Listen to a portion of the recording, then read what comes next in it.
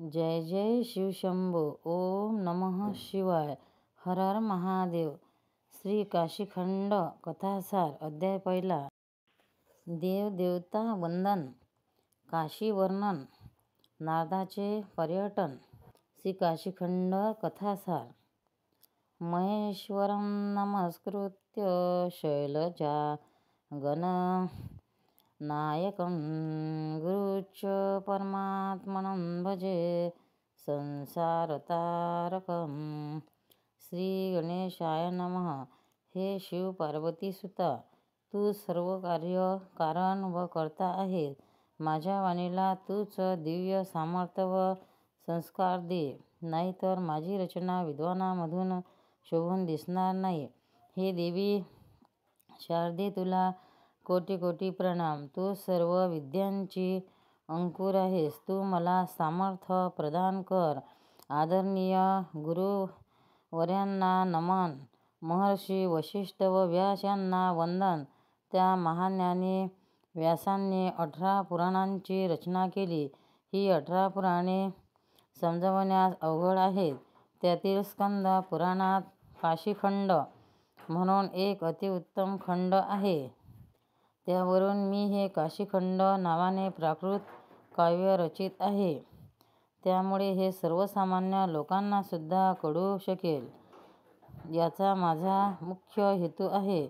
श्रोतेजनो, सरस्वतीच्या कृपाप्रसादाने मी आपणास जे काही कथन करेन ते आपण गोड मानून घ्या. त्रिनेत्रधारी शिवशंकर व त्याची प्रियतमा पार्वती यांचा सुखसंवाद यात आहे.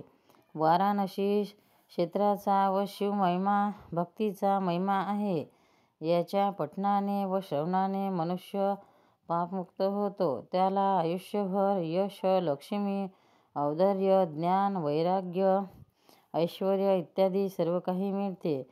त्या शिवभक्तास मृत्यूनंतर शिवलोक मिळतो.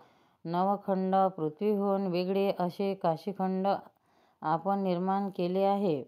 पर्वतराज हिमालय व विंध्य पर्वत यांच्यामध्ये पंचकोश व्याप्ती असलेले वाराणसी काशी हे तीर्थक्षेत्र परमश्रेष्ठ आहे.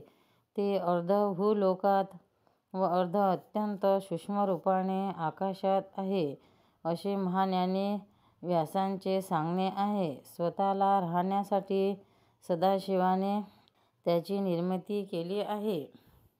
मनुष्याने आपल्या जीवनात एकदा तरी वाराणसी येथे जाऊन उमापार्वतीचे दर्शन घ्यावे. महादेवासमोर बसून कमीत कमी 108 वेळा ओम नमः शिवाय असा जप करावा.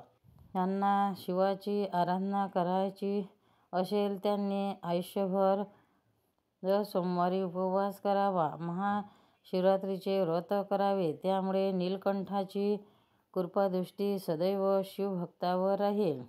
एकदा वाराणसी येथे देवर्षी नारद मुनी नारायण नारायण असा जयजयकार करत आले. त्यांनी मणिकर्णिकेत स्नान केले.